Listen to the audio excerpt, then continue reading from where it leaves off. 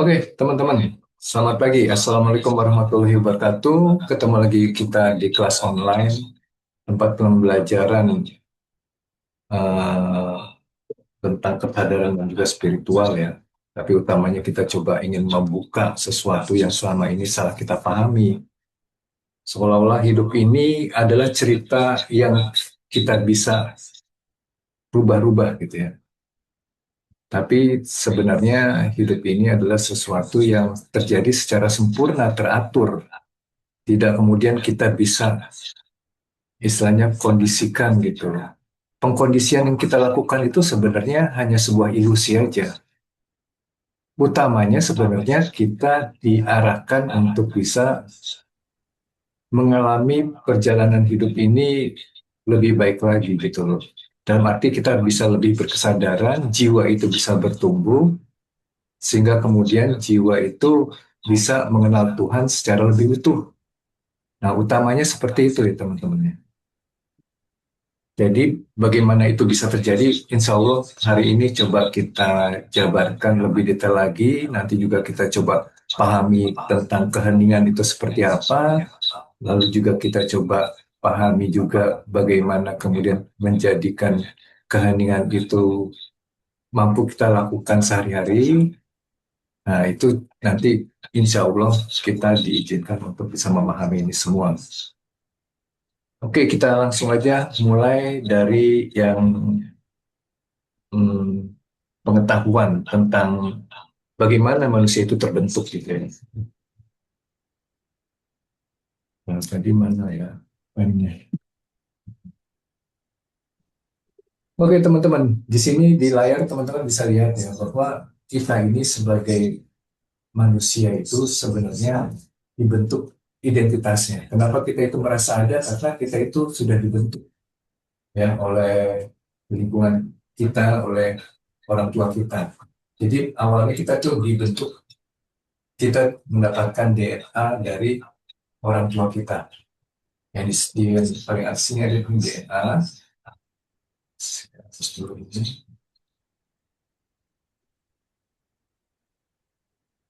Jadi kita dibentuk hasil pertemuan sel sperma dan sel telur. Lalu DNA orang tua kita itu membentuk diri kita. Dan di situ juga ada yang istilahnya epigenetika. Ya. Epigenetika ini kayak karakter dari DNA yang membuat DNA itu mempunyai eh, apa namanya sikap dalam menerima sesuatu yang sedang dialaminya gitu loh. Jadi kalau misalkan kita mendapatkan sebuah peristiwa, ya, lalu kemudian kita ke-trigger, nah itu salah satu penyebabnya dari epigenetika. Ya, epigenetika ini diturunkan dari sikap orang tua. Jadi kalau ketika kita sedang dikandung oleh ibu kita memiliki emosi-emosi, maka kemudian emosi-emosi yang merupakan hasil dari pemaknaan suatu peristiwa itu akan tertanam juga di diri kita. Ya, jadi di situ kemudian nanti lahirnya tuh ada bayi yang lebih rewel daripada yang lain gitu lah. Ini kan menandakan bahwa ada perbedaan sumber yang membentuk kemudian kita menjadi seperti yang sekarang ini gitu lah. Nah, setelah itu ada juga yang namanya nama. Kita diberi nama ketika kita lahir. Ya, nama itu juga akhirnya menjadi identitas diri kita. Lalu kita ditanamkan pengetahuan tentang suku kita gitu apa. Di sini ada yang namanya pengetahuan adat istiadat. Ini juga tertanam menjadikan keyakinan bahwa yang benar menurut suku Jawa adalah berbicara lembut. Yang kasar itu tidak benar gitu loh. Maka ketika ada orang yang berbicara kasar, kemudian kita merasa tidak nyaman gitu loh. Karena menurut kita yang benar tuh suaranya yang lembut. Lalu kemudian juga kita diberikan agama. Nah, di sini kita mulai ditanamkan pengetahuan tentang Tuhan itu seperti apa. Lalu kemudian apa yang diperbolehkan oleh Tuhan, apa yang tidak diperbolehkan atau dilarang oleh Tuhan, apa yang salah, apa yang benar, itu semua akan membentuk suatu landasan berpikir atau mindset di diri kita, sehingga mindset ini menentukan sikap kita juga. Apakah kita akan setuju atau tidak setuju gitu ya. Nah ini ujung-ujungnya juga akan membawa kita kepada suatu aliran emosi. Jadi ada pikiran, perasaan, dan emosi di dalam diri kita. Nah setelah agama, yang berikutnya adalah lingkungan di sini. Nah, ini pertemanan, hasil interaksi kita dengan teman-teman kita, apa yang menjadi konsensus di dalam pergaulan tadi gitu ya, yang akhirnya diyakini sebagai sesuatu yang harusnya terjadi seperti itu karena sudah dapat dirasakan sebagai kenyamanan. Nah, ketika kita berkembang, bertumbuh, menjadi dewasa, kita bertemu dengan orang-orang yang mempunyai background masa kecil yang berbeda pula gitu loh. Nah, ini akan menjadi suatu pemahaman yang akan berbenturan ketika apa yang kita yakini itu benar ternyata beda dengan apa yang dianggap benar oleh orang lain. Ya, misalkan kita lahir di lingkungan orang-orang yang pendiam gitu loh. Ketika ada orang-orang yang aktif ingin apa namanya biasa untuk tampil gitu loh. Karena memang tampil ini ada sesuatu yang dianggap wajar, maka kita melihat orang itu kayak nggak pas aja gitu loh. Kayak cari-cari perhatian atau apapun juga timbul penilaian-penilaian. Nah ini akhirnya membawa juga yang namanya emosi ke dalam diri kita. Nah, emosi adalah sensasi yang bisa kita rasakan. Lalu kemudian tentang hukum nih, hukum juga kan membawa pengetahuan-pengetahuan ya tentang apa yang kemudian apa nih melanggar atau tidak melanggar gitu ya. Nah ini semua akhirnya membentuk yang namanya identitas kita. Yang tadi dilekatkan ada sisi orang tua, ada guru, ada teman, atau kita dapat dari buku atau pengetahuan. Pengetahuan kalau sekarang kan kita dapatkan banyak informasi dari sosial media gitu ya. Nah, ini kita terbentuk identitas kita gitu ya. Nah, identitas ini nanti akan menghasilkan yang namanya sikap. Ya, sikap kita yang tadi saya bilang, kita menemukan peristiwa yang kita alami di sekitar kita dan itu kita filter dengan mindset kita tadi atau keyakinan atau belief system kita tadi. Mana yang bagus, mana yang buruk, mana yang benar, mana yang salah, semua pasti ujung-ujungnya akan menghasilkan perasaan dan emosi. Ya. Nah, setelah kita tahu bahwa identitas itu ternyata dibentuk secara sempurna oleh lingkungan kita dan kita nggak bisa memilih, bahkan jenis kelamin kita pun kita nggak milih gitu loh. Eh, ini perlu kita lihat sebagai sesuatu kesempurnaan yang memang dihadirkan Tuhan dan ada manfaatnya buat jiwa ini bertumbuh sampai kemudian jiwa ini bisa mengenal Tuhan secara lebih utuh lagi karena dia mengalami berbagai macam emosi yang dialirkan oleh lingkungannya tadi melalui peristiwa-peristiwa yang dinilai gitu ya. Nah, lalu kita perlu tahu juga bagaimana sebenarnya realitas kehidupan ini. Ya. Jadi realitas kehidupan itu sebenarnya hal yang bersifat subjektif, ya, bukan sesuatu yang global gitu ya. Kalau kita sebelumnya mungkin melihat bahwa realitas itu sesuatu yang hadir secara utuh di luar diri kita. Padahal realitas itu tidak seperti itu. Jadi realitas itu lebih subjektif ketimbang global gitu loh. Kenapa dikatakan begitu? Karena ya kembali lagi realitas yang mungkin nanti akan bersentuhan ini ada fisik dan jiwa manusia khususnya ya. Jadi ada fisik, ada jiwa, dan di dalamnya ini kan bagian utamanya manusia ya, ada fisik, jiwa, dan ruh gitu ya. Yang identitas ini masuknya di jiwa manusia gitu dan di fisik gitu. Kalau ruh itu tidak teridentitas. Tapi realitas yang sebenarnya itu hadirnya di jiwa manusia.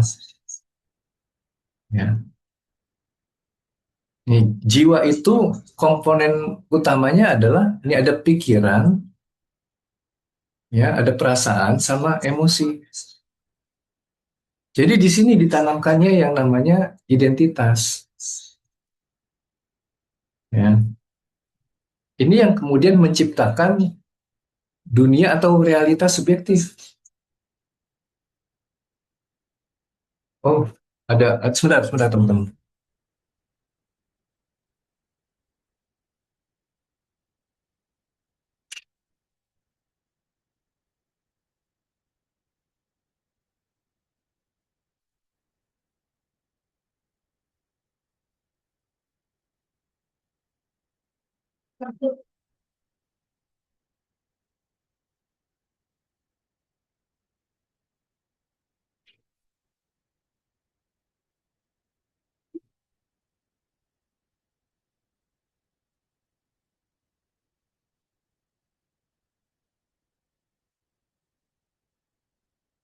Sorry, ada tamu dulu tadi, ada orang bengkel.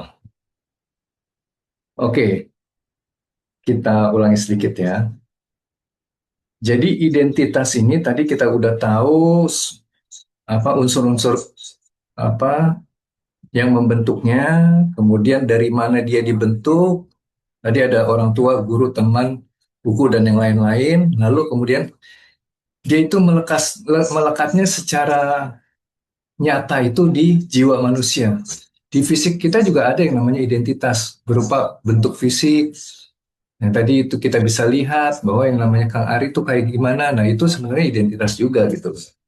Sesuatu yang tidak pernah tetap, dia selalu berubah gitu ya. Lalu kemudian eh, tadi munculnya nyatanya di jiwa si identitas dalam bentuk pikiran, perasaan dan emosi. Nah, nyatanya ini juga bersifat subjektif nih ya, teman-teman. Ini sifatnya subjektif ya nyatanya. Kenapa dikatakan subjektif? Karena ini tergantung hasil instalan yang di sini tadi nih.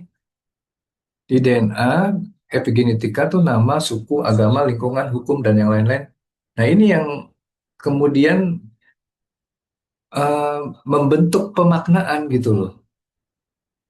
Jadi semua ini adalah yang namanya hidangan dari Tuhan sebenarnya. Kenapa kita diberi instalan pengetahuan seperti itu? Kenapa kita kemudian diarahkan untuk memaknai secara spesifik, menghadirkan perasaan dan emosi yang mungkin dirasakan tidak nyaman? Itu juga sesuatu yang nggak bisa kita atur gitu loh.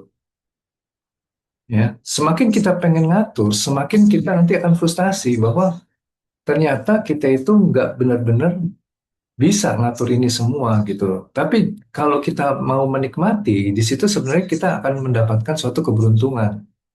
Dalam arti kita itu semakin lama bisa meregulasi jiwa kita gitu. Yang tadinya kesadarannya itu banyak tertutup oleh filter, maka ketika kita sudah mau untuk menerima itu sebagaimana adanya, karena kita tahu bahwa kita memang tidak bisa mengutak-ngutik hal tersebut, itu akhirnya kita kayak nanti bisa menjadi atau memiliki kesadaran yang lebih clear gitu loh. Kayak yang nggak gampang ke trigger gitu. Kayak yang tadinya mudah sekali menilai, menghakimi, atau kemudian membuat sebuah justifikasi tentang apa yang kita lihat, dengar, dan rasakan. Makin lama itu kayak mampu untuk selaras. Kurang lebihnya seperti itu. Ya, jadi kembali lagi sebenarnya dari cerita tadi yang saya sampaikan, hidup ini ternyata perjalanan untuk mengalami hidangan-hidangan dari Tuhan gitu loh. Mulai dari pembentukannya, kemudian hasil yang dialami dari pembentukan tadi gitu kan. Nah, ini hidangan ini disajikan oleh peristiwa dalam bentuk orang sekitar kita dan juga alam. Ya, ini nih. Oke. Nah, kembali lagi, karena kita itu seringkali dan memang 90% lebih kita menjalankan hidup ini tanpa kesadaran yang sadar. Ya, ini saya ingin mempertegas lagi tentang kesadaran ini ya. Yang namanya tanpa kesadaran itu bukan benar-benar tidak ada kesadarannya. Ada kesadarannya, tapi levelnya level bawah sadar. Ya, kayak kita larut di dalam suatu cerita kehidupan. Kita itu sudah terbentuk identitasnya sehingga kita sudah tahu bagaimana kita menyikapi segala peristiwa yang terhadirkan melalui identitas kita tadi. Jadi kalau ada yang kita lihat membahayakan, lalu kita coba untuk menghindar dari situ gitu loh. Nah, ketika kita selalu menjalankan hidup tadi kita sudah ketahui berdasarkan penelitian bahwa manusia itu menjalankan hidupnya 90% lebih itu dalam kondisi bawah sadar, maka ini yang akan membentuk yang namanya belief system, ya, membentuk belief system kita atau keyakinan kita gitu loh. Karena sesuatu itu menjadi belief system ketika dia diulang-ulang terus, ya. Belief system ini juga yang nanti akan kita sebut sebagai ego ini, ya. Sampai sini teman-teman bisa dipahami nggak?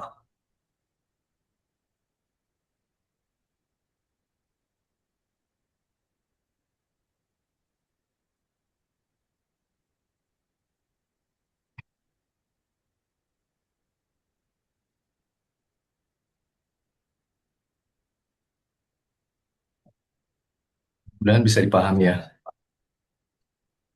Oke, kita lanjut lagi.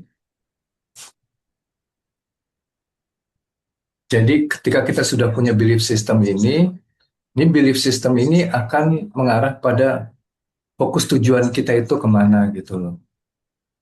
Kalau belief system ini masih dalam bentuk identitas,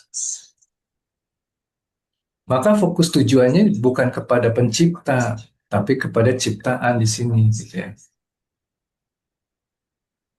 Tapi kalau belief system atau keyakinannya itu sudah lepas atau mampu melampaui identitas, maka dia akan ke penciptaan.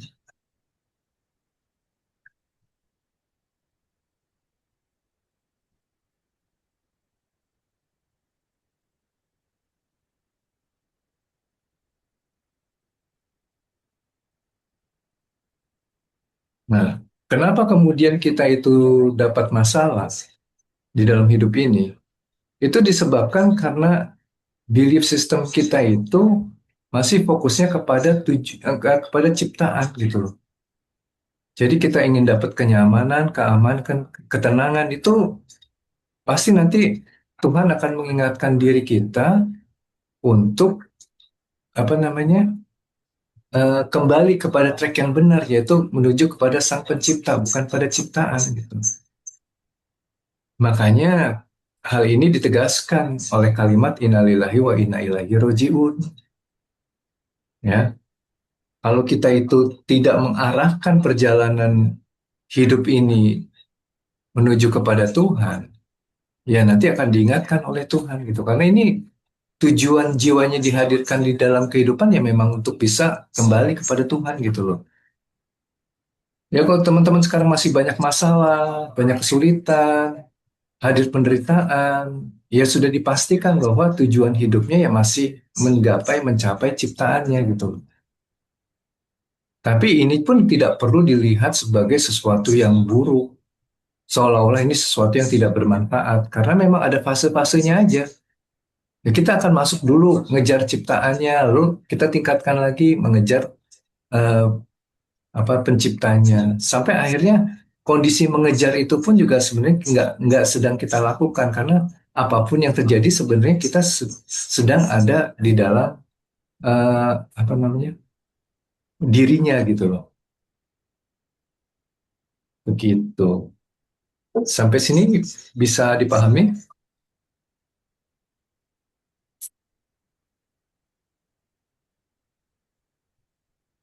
Ya. Jadi kembali lagi teman-teman, saya coba terus mengalirkan pengetahuan agar kita mampu terus melihat bahwa hidup ini sebuah keteraturan, ya, bukan sesuatu yang pengen diatur-atur. Hidup ini adalah aliran, bukan sesuatu yang membentuk aliran itu sendiri, kayak pengen bikin jalan mengalirnya seperti apa. Kalau kita mampu untuk terus mengalir, nanti kita itu akan ada di dalam kondisi yang apapun juga yang kita butuhkan tuh akan terpenuhi gitu loh.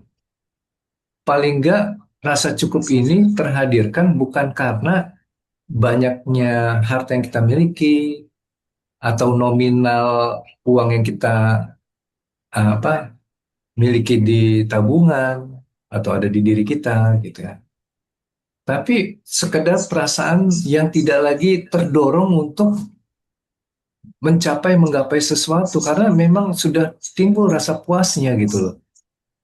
Jadi poin pentingnya kan bukan mendapatkan nominalnya, bukan mendapatkan hartanya, tapi rasa puas itu yang hadir. Jadi kalau uangnya banyak tapi rasa puasnya nggak hadir juga, ya tetap aja nggak akan merasa cukup gitu loh. Pasti selalu merasakan banyak masalah, banyak kekurangan. Ini yang membuat hidup ini terbebani, terus menderita gitu loh. Dan kemudian apa yang kita lakukan selalu mencoba untuk mendapatkan apa yang menurut kita bisa menutupi rasa kekurangan tadi, seperti misalkan harta atau uang atau kondisi keluarga, pasangan, atau apapun juga, termasuk pekerjaan kita gitu loh. Semua itu kayak kita pengen atur, pengen disesuaikan dengan apa yang kita mau. Ini yang membuat kita tanpa sadar ternyata sudah menuhankan ciptaannya, bukan menuhankan penciptanya. Kalau kita sudah menuhankan ciptaannya, ya pasti hidupnya jadi kacau, gitu ya.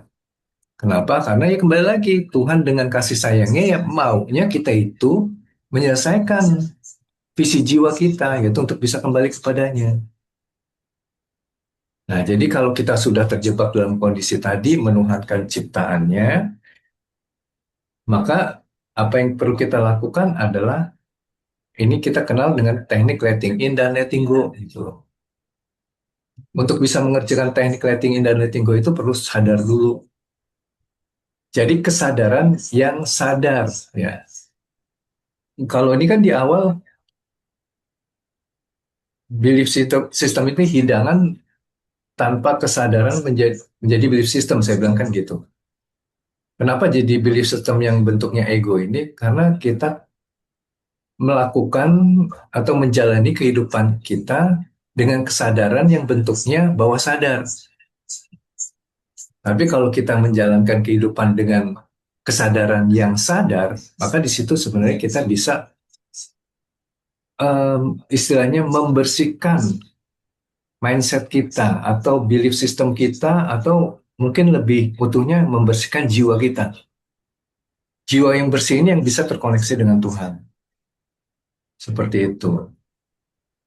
Oke, letting in dan letting go tadi balik lagi. Ini untuk mentransformasikan hidangan supaya yang tadinya terlihat sebagai sesuatu yang buruk sehingga menghasilkan emosi-emosi negatif, kita coba transformasikan menjadi hidangan yang energinya positif gitu ya, yang frekuensinya tinggi. Ya, untuk menjalankan letting in dan letting go itu perlu untuk sadar dulu gitu. Kalau nggak sadar ya pasti susah.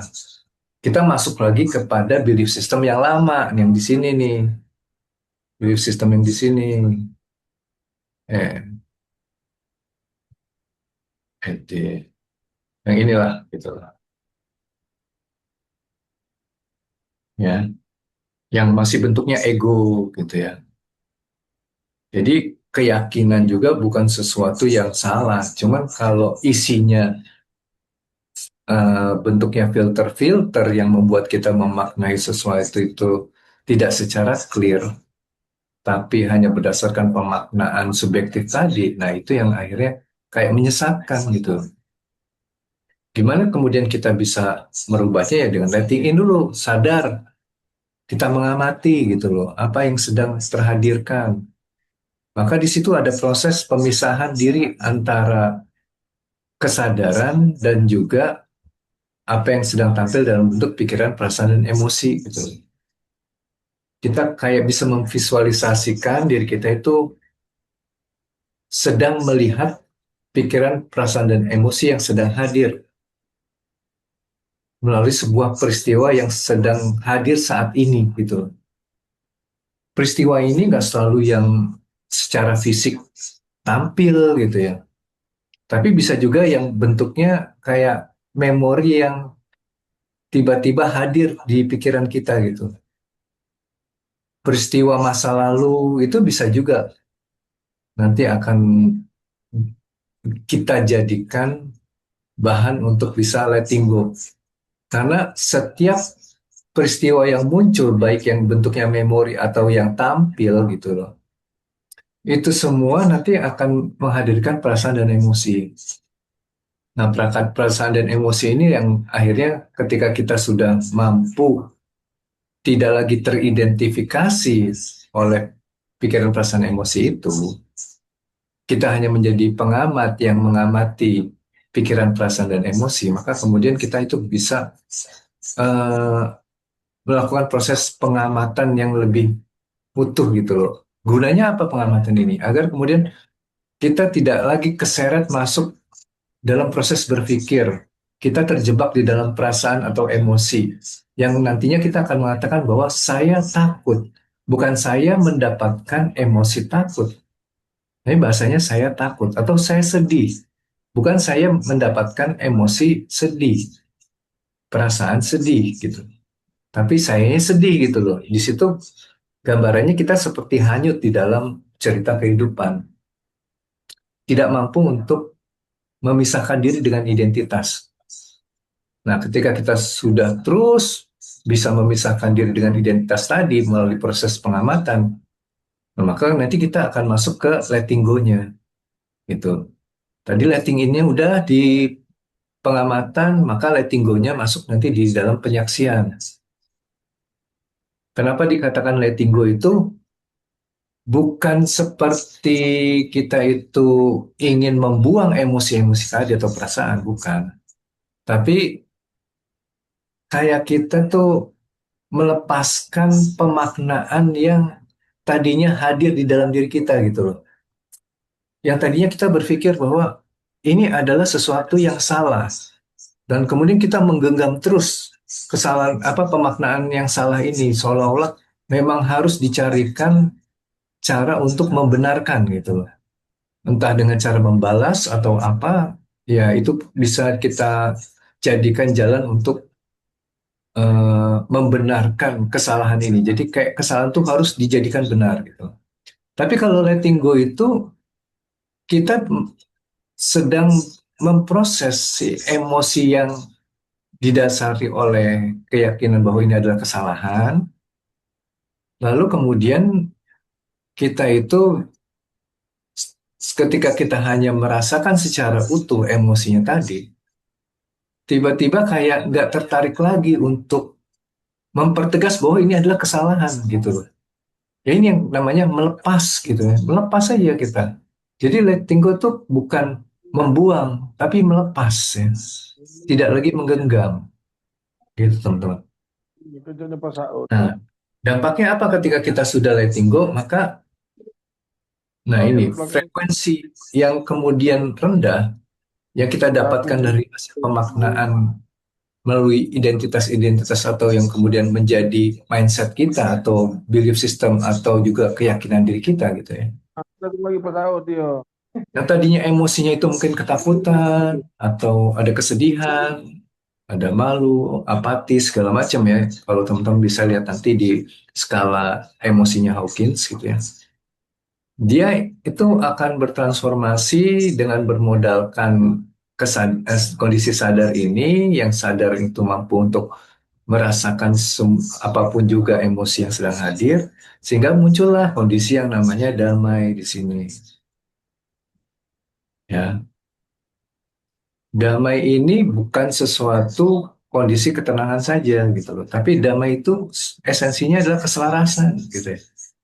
Bahwa antara frekuensi yang hadir di dalam diri kita dengan jiwa kita itu kayak udah bisa selaras gitu loh. Nggak ada kemudian emosi yang kayaknya mau menguasai diri kita, kayak mau mencengkram diri kita, kayak pengen mengkondisikan diri kita untuk reaktif gitu. Nggak ada lagi dorongan-dorongan itu, tapi kita justru mampu untuk selaras, dan keselarasan ini terjadi saat emosi ini seperti sudah mulai kehilangan kekuatan. Ya, tidak lagi dia mampu mencengkeram kita, mengkontrol diri kita gitu. Dan itu hanya bisa dihadirkan ketika manusia itu sudah melalui proses penyaksian yang benar, yang adanya di letting go ini gitu ya. Ini proses penyaksian. Kalau letting ini proses pengamatan, ya. Oke, ini hanya sekedar menjelaskan kalau dari skala energinya Hawkins ya. Jadi ada, tadi kan kita sudah bahas ya, ketika frekuensinya rendah itu bentuknya tak malu gitu ya, atau takut. Nah, yang emosi emosi yang tinggi itu ada damai dan pencerahan. Yang takut dan malu ini energi yang sifatnya force atau negatif. Kenapa force? Dikatakan force itu karena seperti menekan. Ya, kita itu kayak ditekan, didorong, diarahkan gitu loh. Tapi bukan kita yang punya kemampuan. Ya. Tapi di emosi-emosi bentuk damai dan tercerahkan ini, kita yang kayak punya kok apa namanya posisi controlling gitu, dalam arti kita nggak diarahkan oleh emosi-emosi itu, tapi kita bisa eh, mengarahkan si emosi-emosi ini sehingga kita mampu untuk damai gitu loh. Nah, dampaknya apa ketika kita ada di power ini? Karena secara energi dia ada energi yang positif. Nah, ini sesuai dengan frekuensi materi ya. Kalau kita itu masih negatif aja terus dikuasai oleh takut, ada kesedihan, ada rasa malu. Ini nggak cocok dengan energi uang gitu loh, atau materi. Ya, sehingga dengan cara apapun juga kita mengejar materi, pasti nanti sulit untuk mendapatkannya, atau bahkan kalau kita bisa mendapatkannya, seringkali kita nggak bisa mempertahankan keberadaannya di diri kita gitu loh. Kayak kita nggak sibuk ngatur uang kita, tabungan kita, tapi ujung-ujungnya kok nggak ada terus uang di tabungan kita gitu loh. Kayak ya udah habis aja gitu. Nah itu makanya kalau kita pengen berkelimpahan ya mau nggak mau kita harus bisa merubah energi yang ada di dalam diri kita. Karena energi ini jujur, dia nggak bisa bohong ya. Kalau teman-teman sekarang masih banyak rasa kekurangan, artinya teman-teman tuh pasti masih energinya yang rendah ini, yang force ini gitu loh. Makanya dia akan menimbulkan rasa kekurangan. Tapi kalau teman-teman udah ada di power, walaupun mungkin secara keuangan atau harta itu ya masih limited, tapi semua terasa pas gitu loh. Jadi nanti teman-teman bisa merasakan ada kondisi-kondisi yang kayaknya saya nggak tertarik lagi untuk terlalu mengejar gitu loh. Apa yang ada di saat ini tuh yang memang sudah sesuai gitu. Jadi ini feels-nya gitu ya. Dan yang paling penting memang apa yang kita rasakan gitu loh. Bukan apa yang ada di luar diri kita atau sesuatu yang berbentuk materi, bukan. Karena banyak teman-teman saksikan sendiri ya di kalangan selebriti yang sudah punya kepopuleran, lalu kemudian ada juga materinya, kemudian juga ya hal-hal apapun yang menurut kita adalah sesuatu yang dikategorikan sebagai keberuntungan itu pada akhirnya mereka tersiksa juga di dalam hidupnya. Jadi poin utamanya memang bukan masalah hartanya, tapi perasaan cukupnya itu yang perlu dihadirkan. Dan itu hanya bisa dihadirkan ketika manusia itu bukan mendapatkan lebih banyak materi, tapi lebih banyak mampu untuk menerima, berserah diri secara total, melakukan penyaksian, sehingga kemudian rasa damai yang dimiliki oleh jiwanya itu akan juga memiliki kualitas yang namanya rasa cukup puas gitu. Gitu, teman-teman.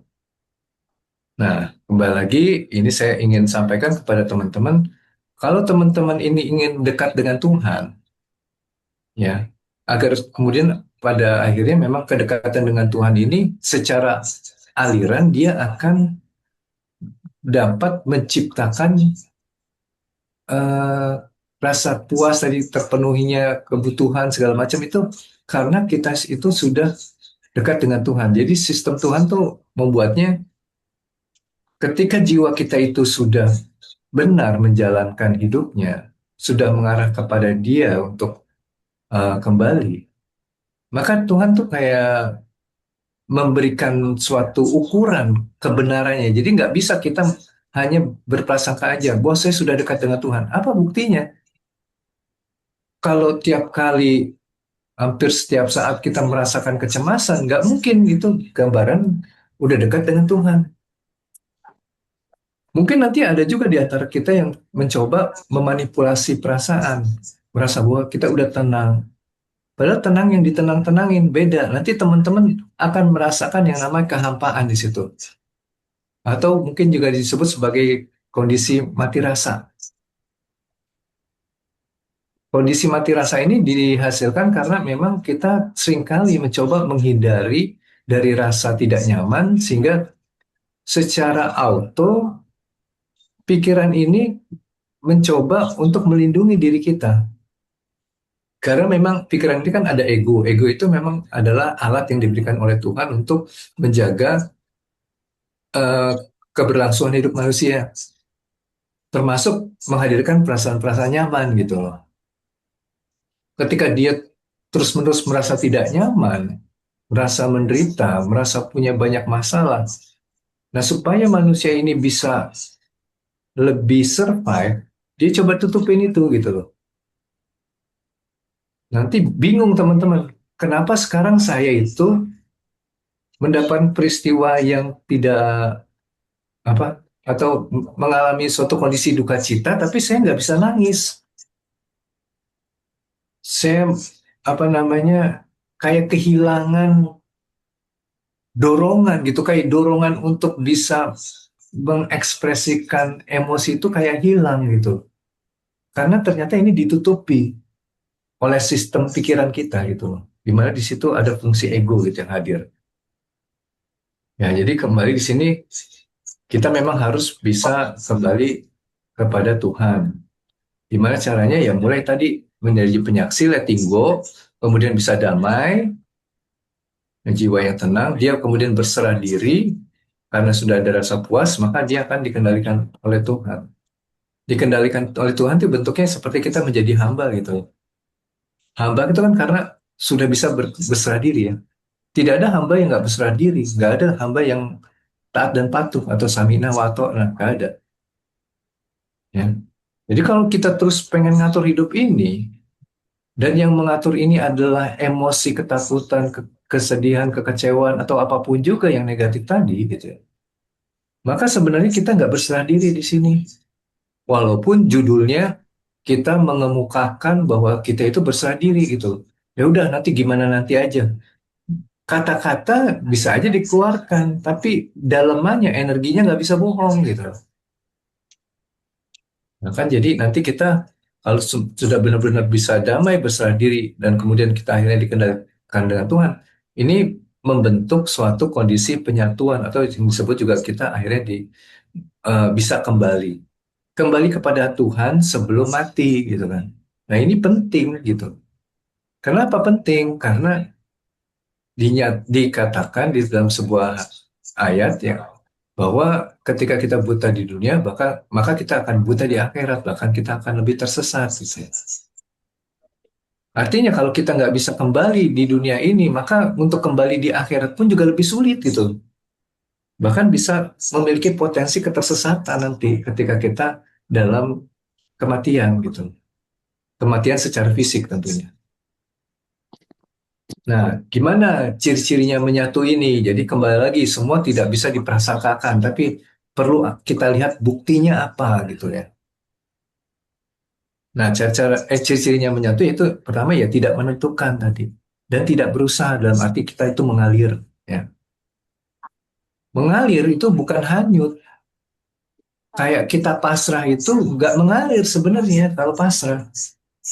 Karena kita masih dalam kekuasaan pikiran kita yang menyatakan bahwa kita itu tidak mampu, sehingga kemudian kita itu istilahnya eh, memilih untuk membiarkan kondisi itu dengan melandasi oleh pikiran bahwa kita itu nggak punya kemampuan apapun juga. Jadi salah menyikapi atau memaknai suatu ayat atau firman dari Tuhan tentang eksistensi diri kita yang la haula, seolah-olah la haula itu akhirnya jadi oh ya udah aja gitu loh. Nah nggak bisa begitu, karena memang manusia itu pada akhirnya tidak akan diam. Dia itu ketika sudah dekat dengan Tuhan, justru dia itu akan mengalir dalam aliran perbuatan-perbuatan yang dikehendaki oleh Tuhan gitu loh. Diamnya orang waktu pasrah itu kayak diam karena manusia itu sudah eh, tidak mampu lagi pikirannya menghasilkan suatu apa namanya solusi bagaimana kemudian bisa mengatasi permasalahan yang sedang dia hadapi itu.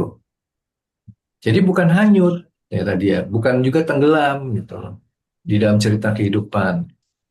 Tapi yang namanya mengalir itu mungkin dalam bahasa Inggrisnya sering juga diistilahkan dengan stillness nih.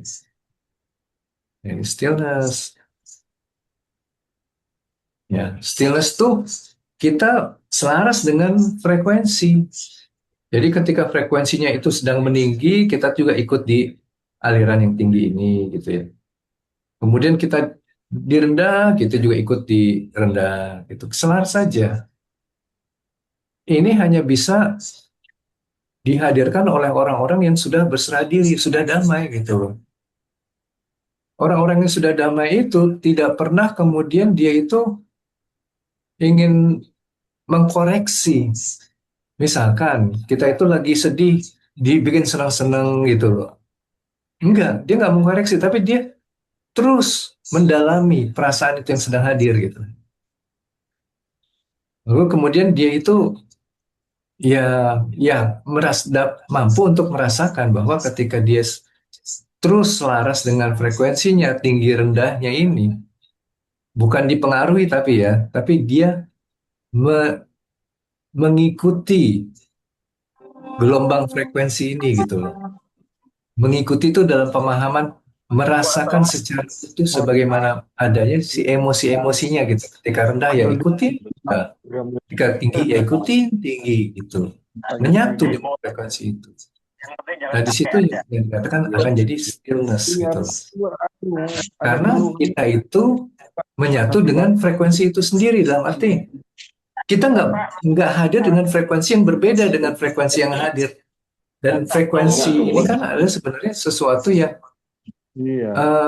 yang bisa dikatakan sebagai perwujudan Tuhan. Jadi Tuhan itu kan hadir L2 di dalam nya kehidupan ini dalam bentuk energi yang yang bulat dimana tuh nanti energi ini pasti ada vibrasi dan frekuensinya. 2018 sudah Salah satu bentuk di frekuensi yang nyata, perwujudan nah, Tuhan yang nyata di frekuensi kehidupan ini hadirnya di dalam bentuk emosi gitu ya. masuk kamera Nah, udah ketika kopi kita mengikuti menyatu dengan emosi-emosi yang terhadirkan itu, maka bisa 2018 dikatakan kita itu menyatu dengan Tuhan gitu loh. Mudah-mudahan bisa dipahami sini ya. L4 L5 Oh ya. 2022 Ya, agak bolu, bermasalah lagi. nanti saya coba lihat dulu ya. Kayaknya penuh, agak ada pakai itu Pak MRI kemarin tuh cek Nah, MRI isinya L2 L3 ada kena ada L2 L3. Heeh. itu mengalami Oh, sedih. Mute ya? iya penebalan lagi kebocoran lagi ya iya karena ada yang dikit menjadi dikit jika ada tekanan antar Bentar ya teman-teman ya. keluar menetapkan pelaku iya apa belum sembuh betul-betul sembuh karena orang yang namanya sembuh itu pak nggak ada rasa sakit lagi. Hmm. Iya, iya. Kenapa di Palembang?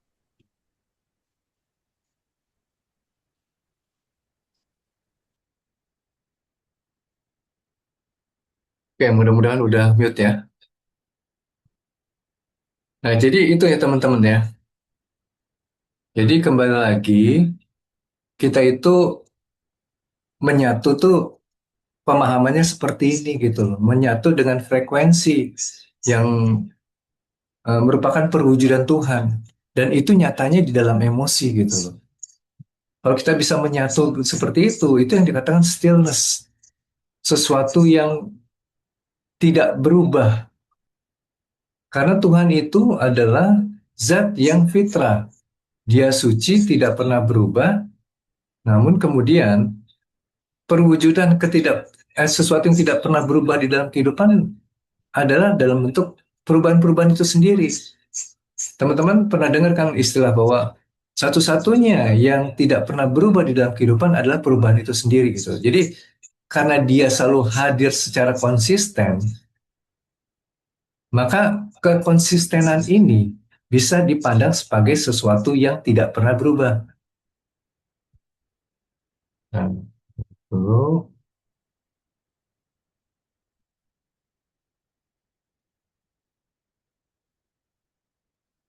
adakah saat stillness itu kita menyatu dengan Tuhan? Ya, betul. Saat stillness itu kita menyatu dengan Tuhan gitu. Nah, nanti kita akan bahas ini di hening ya. Setelah ini mungkin ya.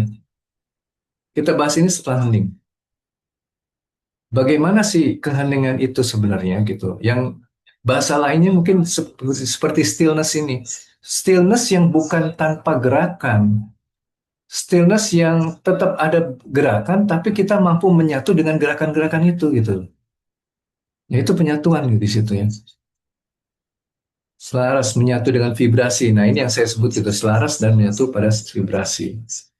Jadi ketika stillness itu gambarannya kita itu hanya dihadirkan hidangan yang dia awalnya dia akan muncul gitu ke kita, lalu kemudian dia akan keluar lagi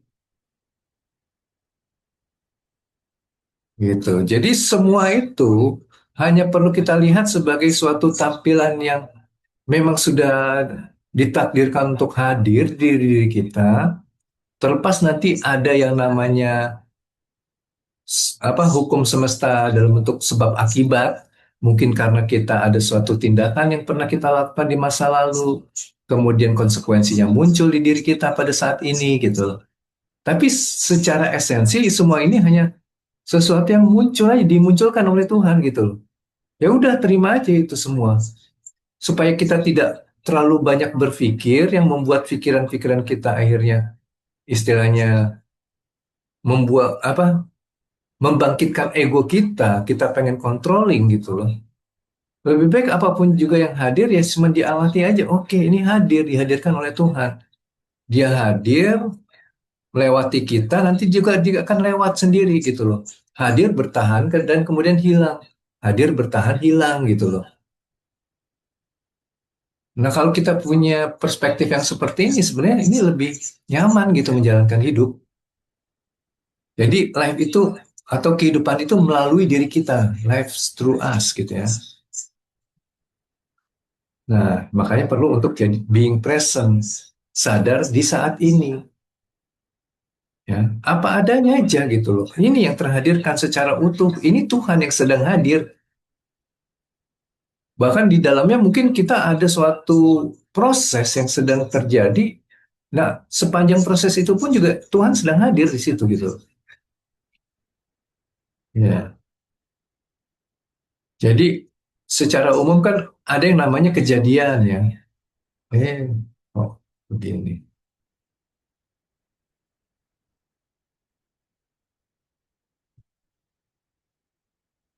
Bentar, teman-teman ya.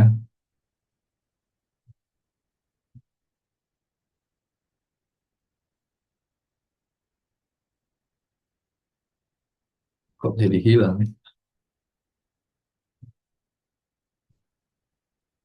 Oke, kita skip aja dulu ini ya, yang ini ya.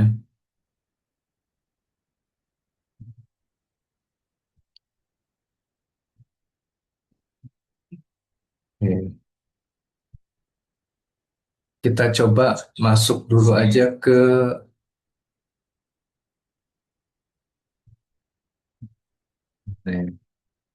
hening ini ya, teman-teman ya. Biar kita coba pahami perspektif yang tadi stillness ini langsung menjadi hening seperti apa.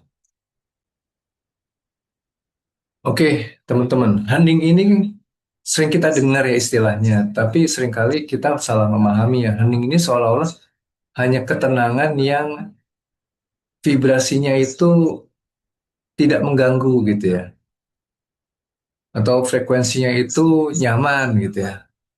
Padahal hening itu nggak begitu. Jadi hening itu tidak sama dengan sunyi, bukan. Tapi hening itu lebih kepada menyatu atau ahad. Teman-teman pernah dengar ini di surat Al-Ikhlas. Ya, ya.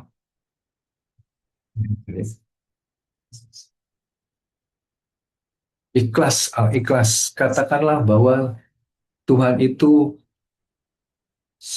ahad, menyatu ya, bukan satu sebagai bilangan gitu ya.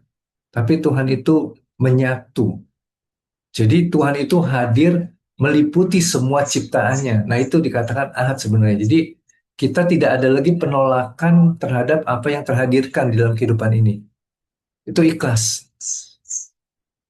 Nah kemudian juga kalau dibahas di ayat keduanya, Tuhan itu hanya tempat kita bergantung. Dalam arti apa? Adanya kita itu karena adanya Tuhan gitu loh. Adanya kita itu di mana? Tadi kita sempat bahas juga bahwa adanya kita itu sebenarnya di dalam apa yang kita rasakan, hasil identitas diri kita tadi gitu ya. Nah itu adanya kita tuh di situ gitu loh. Karena kita tanpa adanya perasaan juga tidak ada gitu loh. Apa yang bisa kita rasakan keberadaannya itu ya karena ada perasaannya tadi. Maka kita di sini bisa memahami bahwa Tuhan sebagai tempat kita bergantung yang ada di ayat kedua surat Al-Ikhlas ini sebenarnya hendak mengingatkan kepada kita bahwa kehadiran kita itu bisa ada karena adanya Tuhan. Jadi munculnya pikiran-pikiran, munculnya perasaan, munculnya emosi itu ya Tuhan yang menghadirkan itu semua. Jadi kita itu sebenarnya nggak ada gitu lah. Itu baru bisa dikatakan sebagai menyatu, ahad gitu ya. Maka kita perlu memiliki perspektif bahwa segala sesuatu itu sudah sempurna. Ya. Nggak ada sesuatu yang salah dalam arti nggak ada manfaatnya. Mungkin kita bisa lihat secara kacamata manusianya ini sebagai sebuah kesalahan.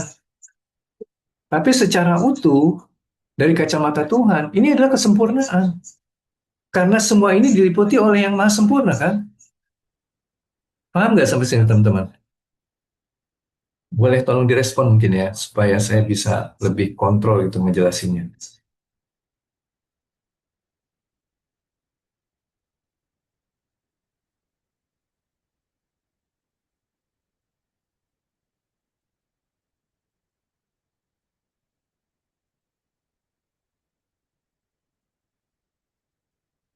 Jelas, oke. Lanjut lagi ya. Oke, terima kasih responnya teman-teman. Jadi itu teman-teman ya. Jadi hening itu sesederhana kita itu mau untuk menyatu gitu loh. Nah, awal-awalnya gimana? Nanti kita cerita sampai ke situ. Nah, tadi secara perspektif kita sudah punya patokannya ya, supaya kita itu bisa menyatu, maka perspektifnya semua sudah sempurna. Yang sudah sempurna itu tidak perlu dilihat sebagai kesalahan yang perlu dirubah gitu loh. Tapi terlebih dahulu diterima secara utuh, disaksikan. Tadi kita udah tahu penyaksian seperti apa, ya. Lalu kemudian kondisi kesadarannya seperti apa? Being present, selalu fokus di sini saat ini sekarang. Nah itu. Bahkan yang namanya sekarang itu bukan yang detik ini, maksudnya kita lihat dalam skala waktu gitu loh. Tapi sekarangnya itu apa yang sedang kita rasakan gitu loh. Jadi being present itu sadar saat ini gitu. Sekarang itu kayak ya pokoknya apapun juga yang sedang hadir, sedang terhadirkan. Nah itu sebenarnya sekarang gitu ya. Nah ketika kondisi kesadarannya udah sekarang, sadar pada apa yang ada saat ini, maka apa yang kita harus lakukan? Nah ini saya coba menggambarkan sedikit tentang present ya. Ternyata present itu ada dua perspektif. Ada perspektif waktu yaitu saat ini, dan kita juga melihat dari perspektif bentukan yaitu menjadi hadiah. Hadiah ini artinya ketika kita being present, apapun juga yang terjadi di saat ini adalah hidangan Tuhan yang memang bermanfaat buat diri kita. Dan dengan bahasa lainnya ini adalah hadiah gitu kan. Hadiah kan sesuatu yang diterima dengan senang hati gitu. Jadi kalau kita menerima tapi nggak senang, nah ini sebenarnya belum belum menerima gitu. Atau paling nggak gambarnya menerima karena ini merasakan kondisi yang cocok buat diri kita gitu. Artinya ada kecocokan. Ketika kita senang kan pasti bisa ngerasa bahwa ini cocok gitu. Ya. Maka penerimaannya nanti akan jadi total di sini gitu ya. Lalu bagaimana dengan sikap kita ketika kita itu hening? Tadi secara perspektifnya sempurna, sudah mampu melihat sebagai kesempurnaan, kondisinya itu being present, sedangkan sekarang sikapnya adalah berserah diri.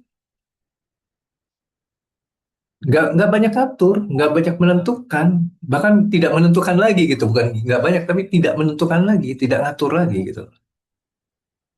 Ya tentunya ini proses ya, mulai dari kita mengurangi diri untuk menentukan gitu loh. Mulai belajar melepas, melepas, gimana caranya melepas, letting go gitu. Letting go gimana? Penyaksian gitu ya. Nah, kita udah tahu lah sekarang gitu tentang perspektifnya gimana kita ngelihat kejadian itu, terusnya kondisi kesadaran ketika melihat kejadian seperti apa, dan sikap ketika kita mendapatkan kejadian itu seperti apa. Sekarang aplikasinya gimana? Ya ketika kita menjalani hidup ya secara natural aja, bukan ketika kita hening tuh harus ada di suatu kondisi tertentu, misalkan tidak ada keramaian, yang tidak berisik pikirannya, yang mungkin dalam apa sinar yang redup atau dalam kegelapan dikatakan hening, nggak begitu gitu loh. Kalau hening yang seperti itu sih sunyi ya, bukan hening gitu ya. Yang namanya hening tuh keselarasan, seperti tadi gelombang tadi ya, itu keselarasan gitu.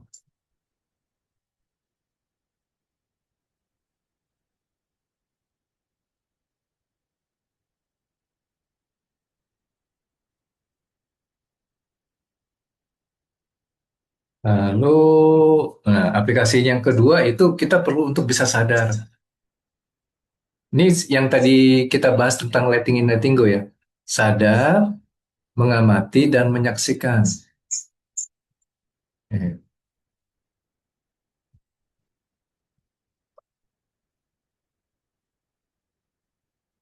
Mengamati, oh enggak, oh ya, sebentar teman-teman ya,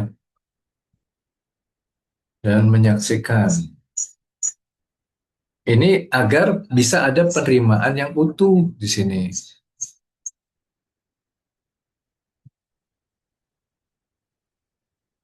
Lalu gimana lagi kita mengaplikasikan keheningan ini? Dengan mau untuk menikmati prosesnya. Ketika sedang mengalami frekuensi itu, kita mau menikmati prosesnya. Kalau kita nggak ada menikmati, ya nggak bisa dikatakan kita hening gitu. Kayak kita menikmati itu bukan kita mengkonvert atau merubah rasa tertekannya ini menjadi lapang secara paksa. Kayak kita memaksakan gitu loh. Harus bisa lapang, mesti bisa senang. Enggak, tapi mengikuti vibrasinya tadi gitu ya. Yang sebelumnya kita lihat tampilannya ya. Itu yang namanya menikmati proses. Ada apa namanya dorongan untuk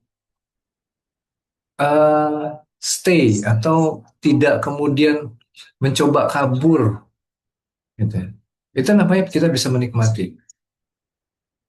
Lalu kemudian kita tidak membandingkan kondisi. Penjelasannya semua adalah perjalanan yang berbentuk kesempurnaan sesuai yang dibutuhkan. Ya. Nah ini teman-teman ya. Jadi ini yang perlu kita perhatikan di dalam kehidupan kita ya. Untuk hening itu jangan sampai salah memaknai yang namanya hening tuh seolah-olah ada sensasi supranatural tertentu gitu loh. Enggak. Justru banyak yang terjebak merasa hening itu dalam sensasi supranatural. Seperti tiba-tiba kayak terlepas dari raga fisiknya gitu kan. Itu seolah-olah saya hening di situ. Ada sensasi yang tidak lagi terdampak oleh frekuensi gitu. Tidak terdampaknya itu kayak lepas semuanya. Bukan kita selaras tapi lepas gitu loh. Ya ibaratnya kayak orang orang mati gitu kan. Segala yang terasa di fisik itu nggak nyaman tiba-tiba kayak hilang gitu ya. Nggak semua orang mati tuh hening gitu loh. Nggak semua gitu loh. Jadi keheningan yang salah dipahami sebenarnya. Ya, memang nggak apa-apa. Ini proses ya. Nanti saya coba sampaikan lagi kepada teman-teman eh, apa yang perlu diwaspadai ya. Kekuatan untuk mendengar dan merasakan suara hati saat ini. Ya, ya, ya. Jadi kalau kita mendengar, merasakan, tapi tidak dalam proses memaknai, hanya sebagaimana adanya. Nah, ini sebenarnya bisa nanti masuk ke keheningan gitu loh. Memang proses masuk kepada keheningan adalah sesuatu yang kontrasnya, yaitu keberisikan ya, yang banyak sensasinya, yang banyak tampakannya gitu. Tapi ketika kita berselaras, nah ini yang bisa menghadirkan yang namanya keheningan. Gitu kan. Nah, tahap hening nih ya. Jadi hening itu ada dua level lah paling enggak menurut pandangan saya subjektif ya. Yang pertama, hening tahap awal gitu ya. Dia hanya menjadi penyaksi yang sedang menyaksikan objeknya. Ada yang sedang disaksikan. Misalkan teman-teman nih ya, ketika menjadi penyaksi, ini kan sering didengar ya, kita merasakan secara utuh emosi yang sedang hadir gitu. Nah itu kan ada diri kita sebagai penyaksi yang mungkin disebut sebagai kesadaran yang sedang mengamati, merasakan tadi, bukan mengamati, merasakan secara utuh gitu. Di sini masih ada konsep keterpisahan nih. Ada penyaksi, gimana? Eh, ada yang disaksikan, ya. Dan objek yang disaksikan ini masih ada keterpisahan. Kenapa ini dikatakan tahap awal dan memang perlu untuk dilanjutkan lagi ke tahap berikutnya? Karena ketika masih ada keterpisahan ini, si penyaksi ini masih bisa tersisipkan oleh yang namanya ego. Misalkan teman-teman tahu pengetahuan dari Kang Ari bahwa ketika kita menyaksikan kita akan bisa mendapat damai. Kondisi damai, damai itu nanti bergunanya bisa menjadi kita berserah diri. Berserah diri, kemudian kita bisa dekat dengan Tuhan. Walaupun tujuannya seolah-olah Tuhan, tapi di situ bisa terselip tuh. Saya pengen dapat kenyamanan ketika dekat dengan Tuhan gitu loh. Paham nggak teman-teman? Dia agak tipis gitu di situ. Muncul keinginannya tuh tipis gitu. Nanti ciri-cirinya teman-teman itu selalu mencoba melatih penyaksian ini, tapi menunggu-nunggu kapan kemudian kedekatan ini bisa terjadi gitu loh. Nah, padahal kalau teman-teman lihat di sini, nah poin yang ini ya khususnya ya, kita tuh tidak membanding-bandingkan kondisi yang sedang kita jalani saat ini dengan yang masa depan. Jadi ya udah, semua juga proses yang sempurna. Nanti kita bisa melihat bahwa apa yang terjadi pada kondisi diri kita saat ini dengan emosi yang frekuensinya rendah itu bukan sesuatu yang lebih buruk daripada ketika kita ada di frekuensi yang tinggi. Semua ini hanya pengalaman berketuhanan gitu loh. Pengalaman mengalami pengalaman ketuhanan. Sampai sini paham nggak? Ini mulai kita masuk ke yang tipis-tipis ya teman-teman ya. Supaya nanti hati-hati pada jebakan-jebakan ini. Mungkin teman-teman nanti akan masuk kepada kondisi yang bisa diukur sebagai suatu yang mungkin berhasil, tapi kepleset ternyata di situ gitu loh. Oke, seperti games Avatar, kita pelaku juga penyaksi. Nah itu menyatu kita sebenarnya gitu loh. Makanya tadi juga saya katakan di sini menikmati proses gitu. Gak perlu kita ke masa depan atau menunggu perjalanan proses ini terjadi gitu. Ya udah, yang sekarang ya ya sekarang gitu loh. Ini harus bisa dilihat sebagai kesempurnaan. Terima utuh aja gitu kan.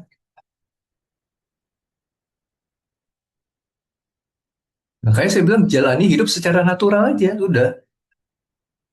Sadar aja gitu ketika menjalankan. Nah, itu tadi bahayanya kalau masih ada penyaksi dan objek yang disaksikan. Karena penyaksi ini bisa secara diam-diam dia bertransformasi gitu loh. Energinya dia menjadi energi ego yang hendak menggenggam. Ya, begitu. Nah, kalau yang tahap yang lanjut, ini sudah menjadi satu antara penyaksi dan objek yang disaksikan. Jadi tidak ada lagi yang namanya berusaha nih, nggak ada lagi yang namanya berusaha kita. Benar-benar kita pun yang menyaksikan adalah gerakan dari Tuhan itu sendiri gitu loh.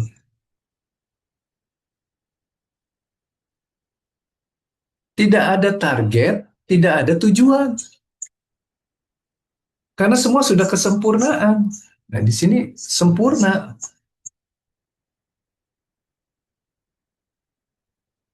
Nah, konsep kesempurnaan ini terjadi di sini.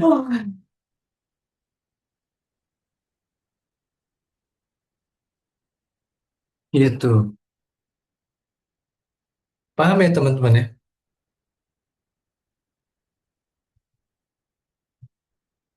Jadi banyak yang kepleset untuk bisa hening itu seolah suatu proses yang sedang diusahakan untuk mendapatkan sesuatu yang namanya hening. Padahal hening itu sesederhana ya udah menyatu aja gitu loh. Ada mungkin suatu pergeseran bentuk frekuensi nantinya, tapi tidak membuat apa yang hadir frekuensi saat ini menjadi lebih buruk daripada yang akan datang. Semua sama aja, karena semua diliputi oleh dia gitu. Nah ini proses awal itu bisa menjadi proses yang lanjut. Caranya gimana? Yang tadinya proses awal tuh yang masih keterpisahan ini ya, yang awal. Kemudian yang lanjut tuh penyatuan ini gitu ya. Gimana caranya? Udah kita ulang-ulang aja secara konsisten proses penyaksian tadi. Terus menyaksikan. Kenapa kemudian ini bisa terjadi suatu peningkatan? Nah, kita coba bahas ini berdasarkan pemahaman otak manusia ya. Nah, ini menarik karena kemarin saya coba cari datanya ya, kenapa kalau apa namanya eh, penyaksian ini bisa berdampak kepada penyatuan gitu loh. Kenapa ketika kita mendalami perasaan ini akan mentransformasikan jiwa kita? Ternyata berdasarkan penelitian otak, gitu ya, ketika kita itu menerima segala sesuatu atau mendalami perasaan-perasaan yang muncul dalam bentuk emosi, nah itu sebenarnya kita itu kayak meriset otak bawah sadar kita. Yang tadinya otak bawah sadar itu terbentuk hasil kerja dari prefrontal cortex yang ada di depan kita, otak bagian depan kita, yang dia sebenarnya menganalisa ketika kita menjalankan kehidupan banyak pengetahuan yang kita dapatkan, kemudian kita gunakan sebagai proses analisa, ya kemudian juga ini dimaknai oleh yang namanya otak reptil, ya. Jadi hasil analisa tadi, pengetahuan-pengetahuan baru itu yang kemudian terhadirkan, itu disimpan di otak reptil. Nah, otak reptil ini nanti akan dia berkoordinasi dengan otak limbik. Kalau otak reptil itu menyimpan pengetahuan dan pengalaman, ya. Kalau otak limbik itu dia menyimpan emosi, ya. Dia memiliki memori-memori tentang emosi atau perasaan. Nah, di dalam otak limbik itu ada yang disebut amigdala. Kalau amigdala ini dia fungsinya memanajemen data-data di otak limbik ini. Jadi amigdala lah yang kemudian punya fungsi scanning dia. Makanya kita apa namanya mudah memaknai itu karena ada amigdalanya. Amigdala juga mungkin bisa dikatakan sebagai ego. Ego tuh hadirnya di situ. Dia men-scanning gitu, melihat ini apa gitu loh, memaknai gitu loh. Dia menjadi pusat respon terhadap ancaman-ancaman. Kalau ada suatu kondisi yang terlihat buruk, dia akan memberi sinyal bahwa kita sedang dalam kondisi yang membahayakan gitu loh.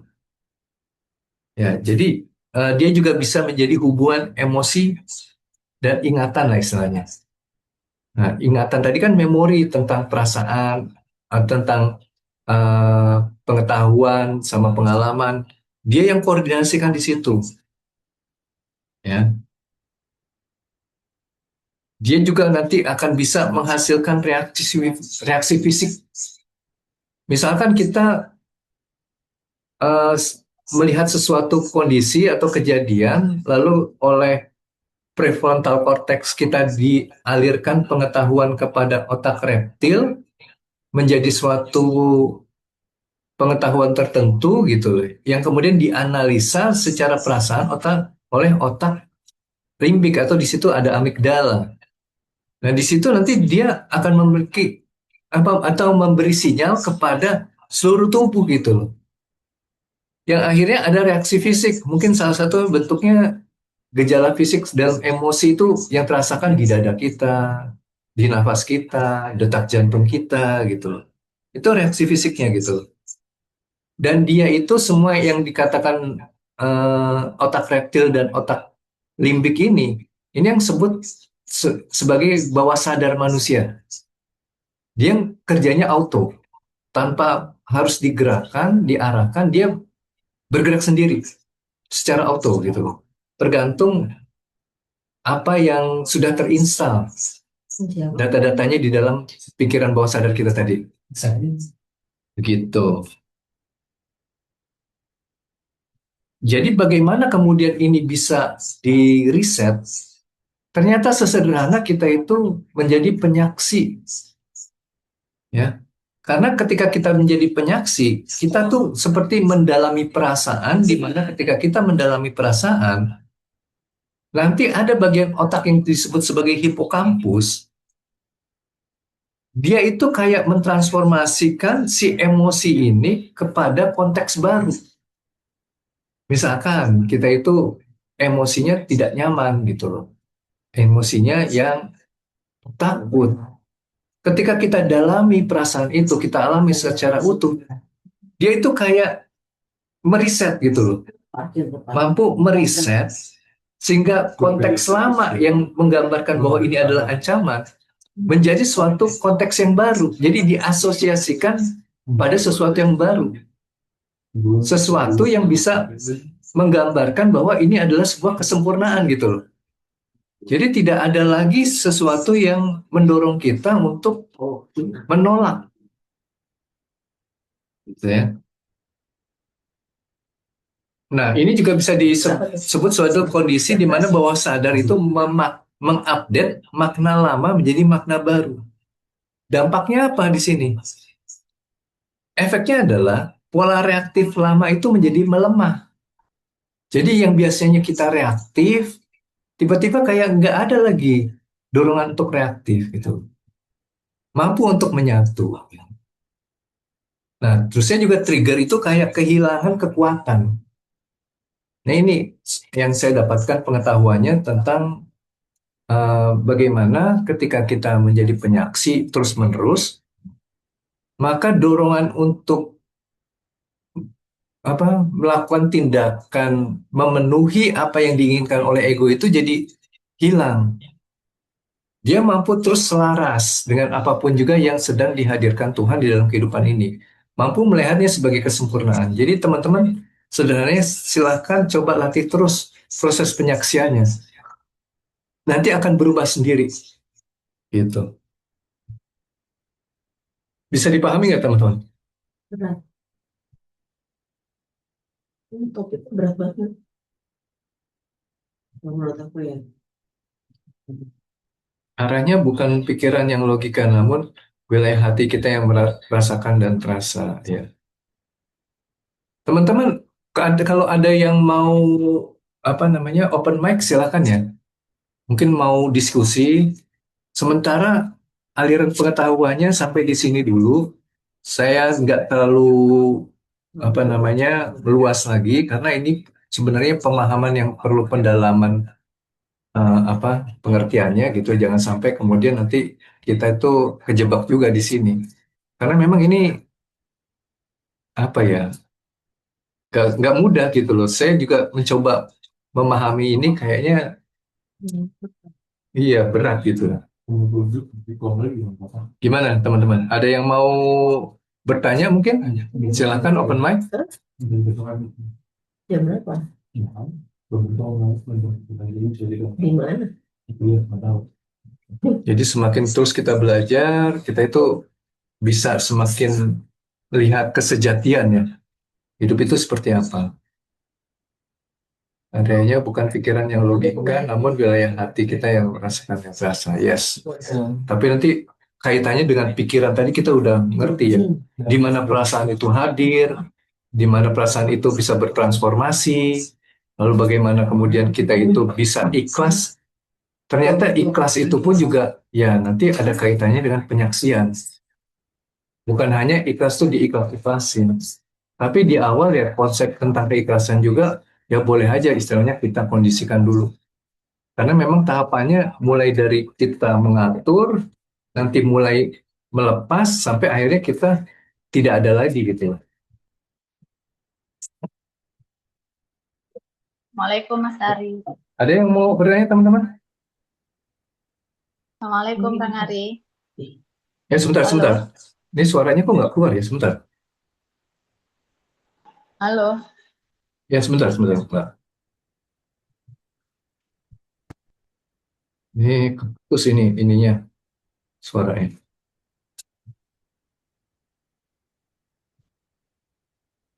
Tes 1, 2, 3. Ya. Halo Kang Ari. Wah, Suara saya coba, nggak jelas Mbak. ya? Nah, udah. Udah Oke, jelas. silakan. Sudah jelas. Oh ya. Kurang keras. Sorry tadi. Heeh. Ya gini Kang Ari. Padahal saya juga udah ikut live-nya Kang Ari dan lain-lain gitu ya. Hmm, Udah Ini beberapa hari yang lalu, 3 hari yang lalu lah tepatnya itu saya ada peristiwa yang men-trigger saya. Jadi tepatnya ini kan mertua yang laki-laki ini kan ikut saya gitu kan. Jadi saya menegur pelan-pelan beliau terus malah marah-marah gitu Kang. Jadi saya sempat Ya. trigger marah. Tapi saya marahnya ya saya seperti Kang Ari gitu saya perhatikan aja. Tapi lama sekali. Lama saya merasakan marah itu sampai besoknya bahkan sampai sekarang itu saya kalau lihat beliau itu masih ada rasa nggak srek dan saya masih belum bisa komunikasi Kang. Itu Ya, apa Pak. yang salah Kang? Apa yang salah saya pelajari ini gimana Ya, Kang? ya ini, Mohon ya, bimbingannya. ya Makasih ya benar-benar Kang. ini perlu untuk diperjelas lagi ya. Jadi memang kalau ada teman-teman yang mengalami kendala ya ini yang fungsinya kelas pembelajaran dan juga ada grup WhatsApp gitu ya. Agar kemudian hal-hal yang mungkin belum benar-benar dipahami itu bisa lebih terjelaskan. Jadi kembali lagi ya teman-teman, ketika ada yang marah, pertama-tama mampukah kita melihat ini sebagai aliran tadi ya? Jadi kan kita sudah jelaskan ya bahwa sebenarnya hidup ini mengalir gitu loh. Apa yang terhadirkan itu sebenarnya sesuatu yang memang diinginkan Tuhan untuk kita rasakan gitu ya. Nah, ini mungkin ya balik lagi ke sini ya, aliran tadi. Nah ini kan ya. Jadi sebenarnya kita itu tidak pernah kemana-mana. Kita itu selalu dihidangkan gitu. Semua itu hadir, bertahan, dan kemudian nanti hilang. Kenapa kemudian sesuatu itu kayak bertahannya lama? Karena proses ini belum benar-benar diterima. Misalkan tentang mertua tadi ya. Mertua laki-laki tinggal sama Mbak Ami. Eh, Sebenarnya apa susahnya sih Tuhan itu memberikan sikap orang tua yang kondusif, yang nyaman kepada diri kita gitu loh. Sebenarnya kan kalau Tuhan menginginkan itu, atau istilahnya mengizinkan itu terjadi, pasti itulah yang terjadi. Pada kenyataannya berbeda, ternyata itu tidak terjadi gitu loh.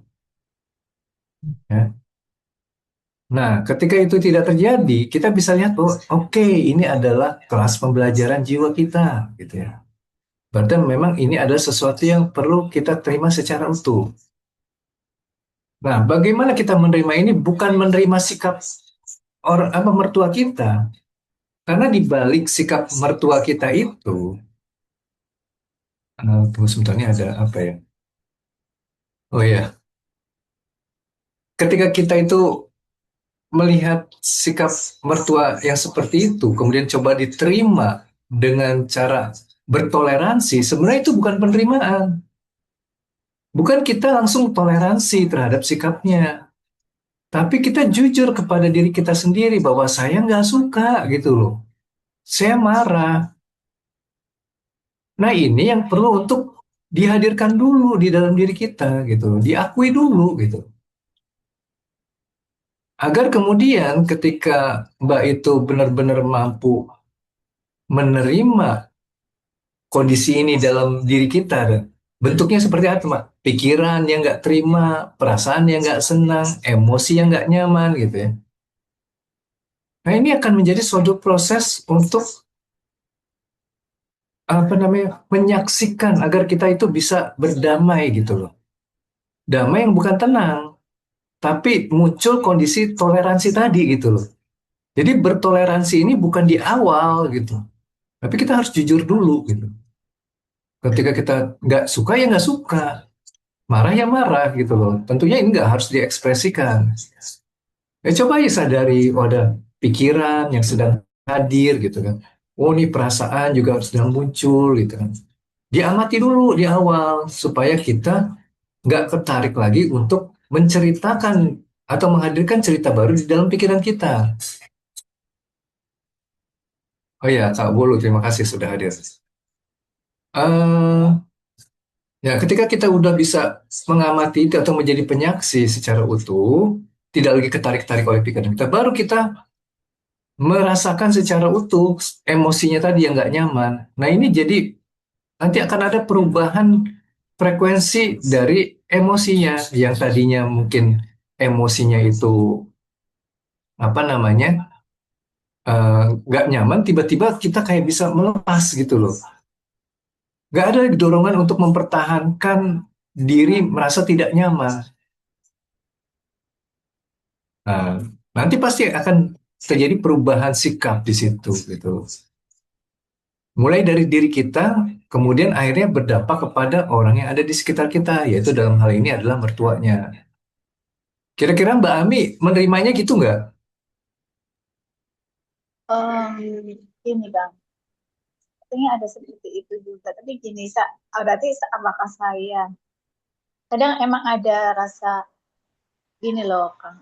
Harusnya saya toleransi sih, dia udah tua, tapi masih sakit banget. Ada rasa gitu, Kang. Ada pikiran gitu. Jadi itu harus saya terima ya kalau saya Iya, nggak suka. Kalau gitu ya nggak suka. Karena iya, memang ada di iya. pikiran saya itu, kamu jangan gitu. Itu emang Nah, tidak itu, diizinkan Tuhan seperti itu.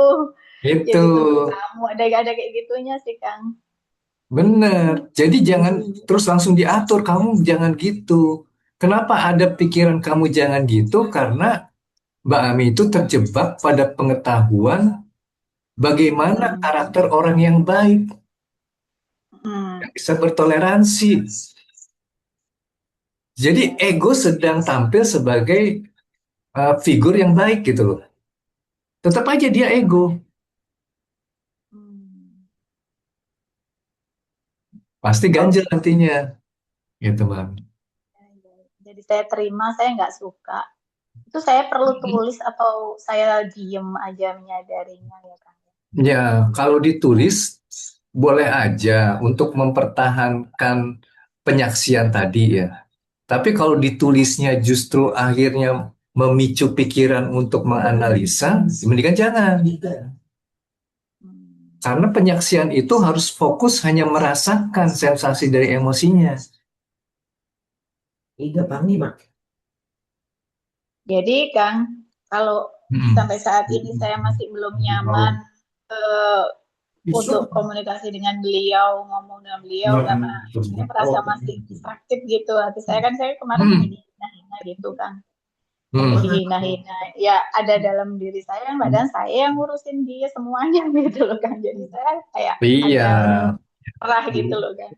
Jadi sampai sekarang itu saya masih nggak nyaman. Itu apa gimana kan? Saya terima aja gitu ya kan. Iya.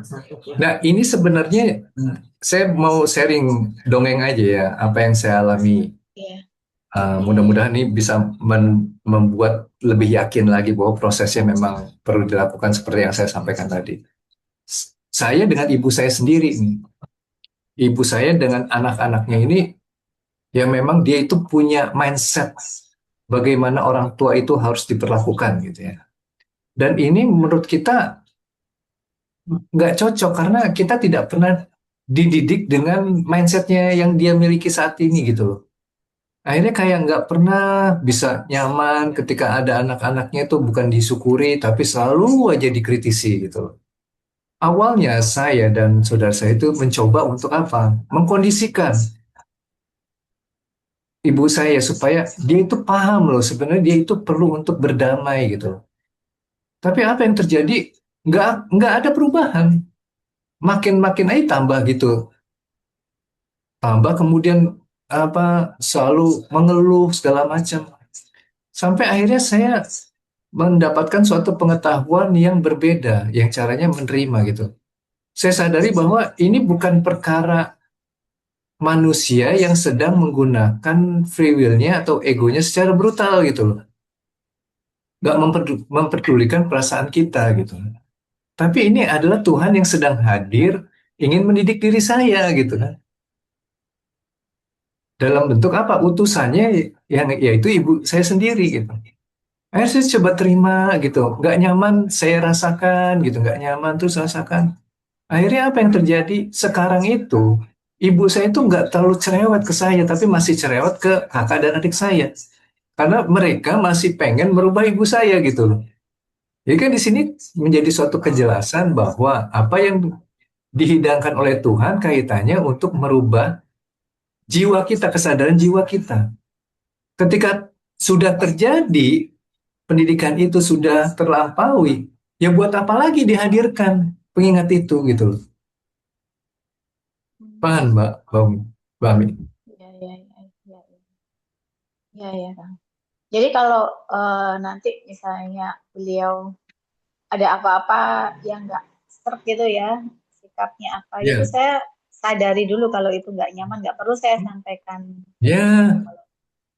Coba lihat mertuanya ini sebagai utusan Tuhan. Oh, lagi dikirim ini sama Tuhan nih. Perasaan nggak nyaman.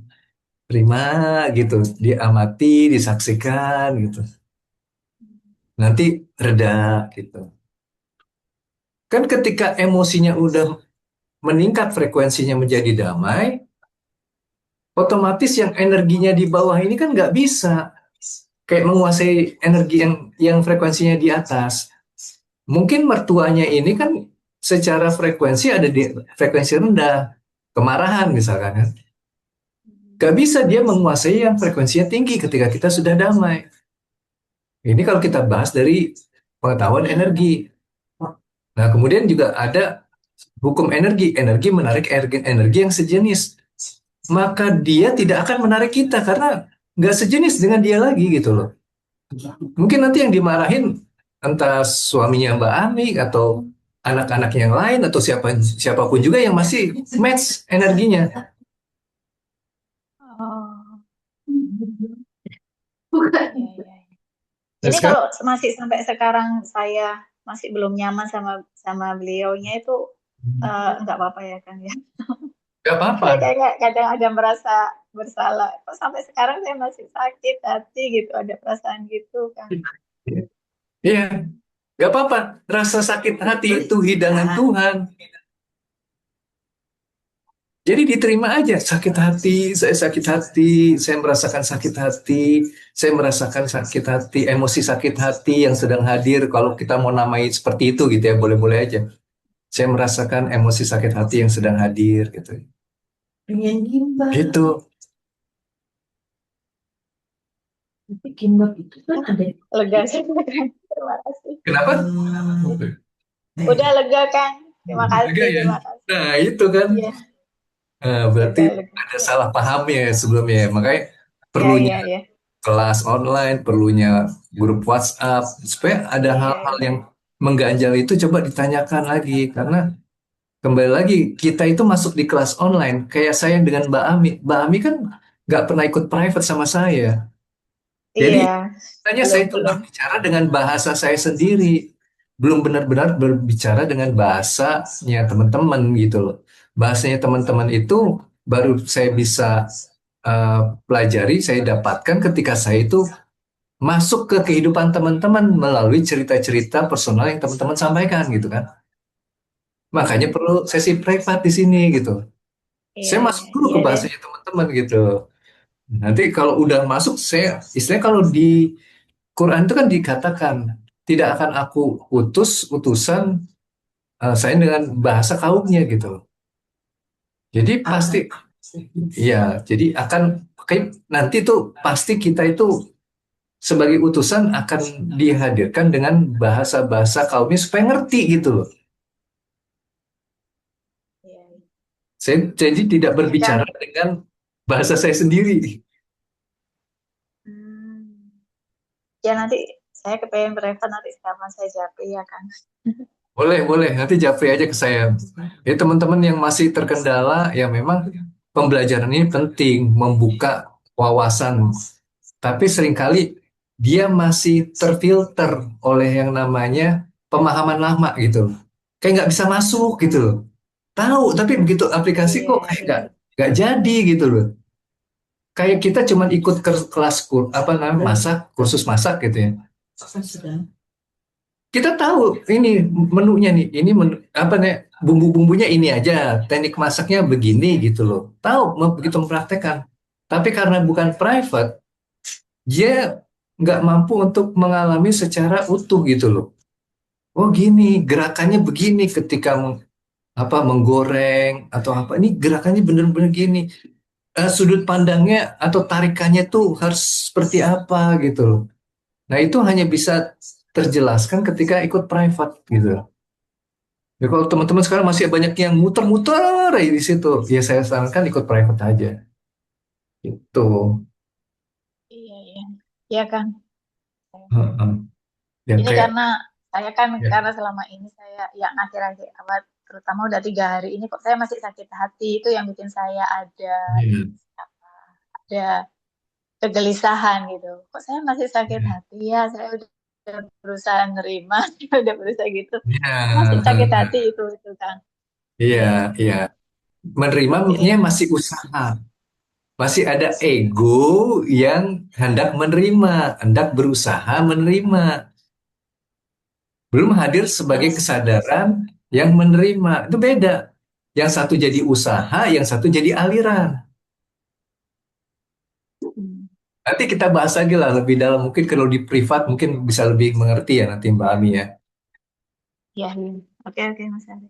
Gitu. Nanti ntar saya Karena tadi ini, ya, saya tadi malam japri. juga ada temen yang dari Malaysia, itu juga gitu. Dia udah ke psikiater, dikasih obat, terusnya sekarang masih konsul. Bahkan tadi dia mau hipnoterapi, tapi hipnoterapi itu kan lumayan harganya. Dia bilang sekitar 400 ringgit lah. 400 ringgit itu mungkin sekitar berapa ya kalau dikalikan mungkin 10.000 mungkin ya. Bisa 4 juta gitu loh. Untuk sekali hipnoterapi untuk durasi 1 jam gitu loh. Kayak akhirnya dia nggak hipno. Akhirnya coba saya arahkan. Karena saya tahu backgroundnya dia itu overthinking. Saya bilang nggak bisa pakai journaling. Journaling itu membuat pikirannya itu semakin aktif menganalisa. Nggak bisa. Ini harus pakai afirmasi. Akhirnya saya coba arahkan bagaimana menjadi penyaksi dengan afirmasi. Bentuknya sederhana kayak gini. Begitu pikiran ruwet ini. Coba arahkan pikiran untuk merasakan. Pakai bahasa-bahasa yang terus dihadirkan. Saya sedang merasakan emosi tidak nyaman hadir. Saya sedang merasakan emosi yang tidak nyaman yang sedang hadir. Saya merasakan perasaan tidak nyaman atau emosi tidak nyaman yang sedang hadir. Terus saya tanyain ke dia, gimana? Ya ini kayak mau kabur pikiran saya. Oh, oke. Kalau mau kabur pikirannya, kasih afirmasi baru. Saya temani untuk merasakan perasaan atau emosi yang sedang hadir tidak nyaman ini. Saya menemani kamu untuk merasakan emosi yang tidak nyaman yang sedang hadir. Terus arahkan. Lama-lama dibilang, ya ini saya mulai kayak mengizinkan diri untuk merasakannya. Nah di situ mulai dia bisa Oh, tenang dia. Iya, saya bisa mulai sekarang begitu gitu loh. Jadi nggak semuanya bisa pakai meditasi, bisa pakai journaling, nggak bisa. Jadi nggak bisa digeneralisasi. Ini harus disesuaikan dengan kondisi diri kita. Gitu. oke, oke, Kang. Itu jadi maksudnya sadar, bener-bener sadar itu ya kan. Nah, itu. Jadi nggak kabur Hmm, dari emosi. iya, Tuh. iya. Kasih. Terima kasih banyak, Kang Ari. Sama. Next saya mau Ya, ya, ikut sama-sama. private. Ya, nanti ke private Ikut aja kalau private. misalnya. Oke, Iya, oke. iya, iya, Kang. Siap. Terima kasih. Teman-teman ada lagi mungkin yang mau tanya selain Mbak Ami ini? Mungkin punya kendala ketika berproses gitu ya. Ya, mumpung kita itu diberi kesempatan ya. Tapi juga jangan terlalu dipaksakan, ngalir aja gitu ya. Gitu. Jadi ini esensinya hening tuh seperti yang tadi ya, yang saya gambarkan kepada teman-teman ya. Yang ini ya. Bukan sunyi, bukan ini, tapi selaras. Selaras yang tidak lagi membandingkan bahwa saat ini lebih buruk daripada masa depan gitu loh. Kita tidak sedang menuju suatu kondisi tertentu, enggak. Tapi kita sedang hadir utuh dan merasa atau melihat segala sesuatu sebagai kesempurnaan. Termasuk ketika kita tiba-tiba tergoda muncul di pikiran ingin mendapatkan sesuatu di masa depan, itu pun sebuah kesempurnaan. Jadi nanti kita benar-benar bisa melihat setiap momen di dalam kehidupan kita, Tuhan hadir. Itu menyatu dengan Tuhan, dengan kehadirannya, termasuk dalam bentuk perasaan-perasaan yang kita rasakan.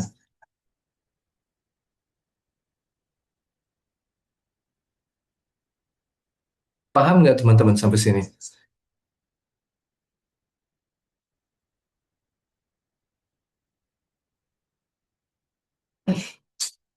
Jadi ini juga saya pahami ketika saya coba mendengarkan pengetahuan tentang hening itu seperti apa. Ternyata jebakannya di situ. Ada yang merasakan atau memahami hening sebagai sebuah sensasi yang mungkin tenang, yang nyaman gitu. Padahal hening tuh nggak begitu. Hening tuh esensinya adalah penyatuan gitu. Mungkin juga bisa dikatakan peleburan diri ini gitu. Kembali secara utuh. Makanya keheningan ini bisa menghadirkan suatu intuisi. Karena kita sudah menyatu dengan Tuhan di situ.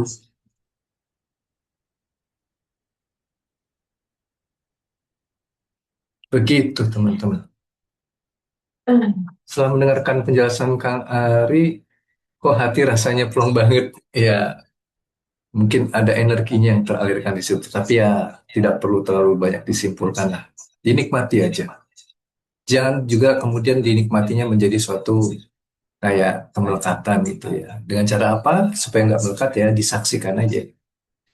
Oh, ada sensasi plong ini sedang hadir. Dirasakan gitu sensasinya. Itu nanti juga akan menjadi sesuatu yang hadir, bertahan, kemudian hilang gitu. Terus dia ngalir, ngalir, ngalir gitu. Nanti plongnya beda, plong yang bukan sensasi lagi, tapi kayak menyatu gitu. Yang plong yang menyatu, bukan plong yang kayak gitu-gitu kayak meluas, ke sensasi meluas gitu. Bukan hanya gitu, tapi tanpa meluas pun juga itu bisa dimaknai sebagai yang plong karena ada kecocokan istilahnya gitu. Oke, gimana teman-teman? Kalau nggak ada yang mau bertanya lagi, mungkin ya kita sudahi aja dulu kelas yang untuk hari ini. Ini jadi ada pengulangan dari materi yang sebelumnya. Mudah-mudahan dengan diulangnya juga menjadi lebih mengerti lagi, bisa lebih memahami, bisa lebih mengaplikasikan, mulai bisa mengetahui di mana kesalahpahamannya, bisa kemudian terus meningkatkan kesempurnaannya, sehingga kemudian teman-teman bisa merasakan sendiri dampak dari proses ini gitu. Benar-benar kita melepaskan diri dari bergantung pada apapun juga, bukan pengetahuan, bukan teknik, bukan aplikasi, bukan tindakan apapun juga, tapi hanya ada Tuhan di situ. Mungkin itu ya teman-teman ya. Jadi kalau memang sudah apa namanya ada pertanyaan lagi, saya tutup dulu aja kelasnya untuk hari ini. Mudah-mudahan apa yang saya sampaikan tadi menjadi suatu keberkatan buat kita semua. Mudah-mudahan Tuhan mengizinkan kita semua terus bisa terbuka kesadarannya, bisa terus mengenal Dia lebih sempurna lagi melalui berbagai macam frekuensi yang hadir di diri kita. Ya, itu semua bukan karena usaha kita, tapi karena rahmatnya, karena kebaikan-kebaikan Tuhan. Oke teman-teman, saya pamit dulu. Wabillahi taufiq wal hidayah. Wassalamualaikum warahmatullahi wabarakatuh. Alhamdulillahirrahmanirrahim. Oke, saya tutup dulu live-nya, apa nih, Zoom ya teman-teman ya. Waalaikumsalam, Kak Didi. Terima kasih juga, Kak Ami. Terima kasih.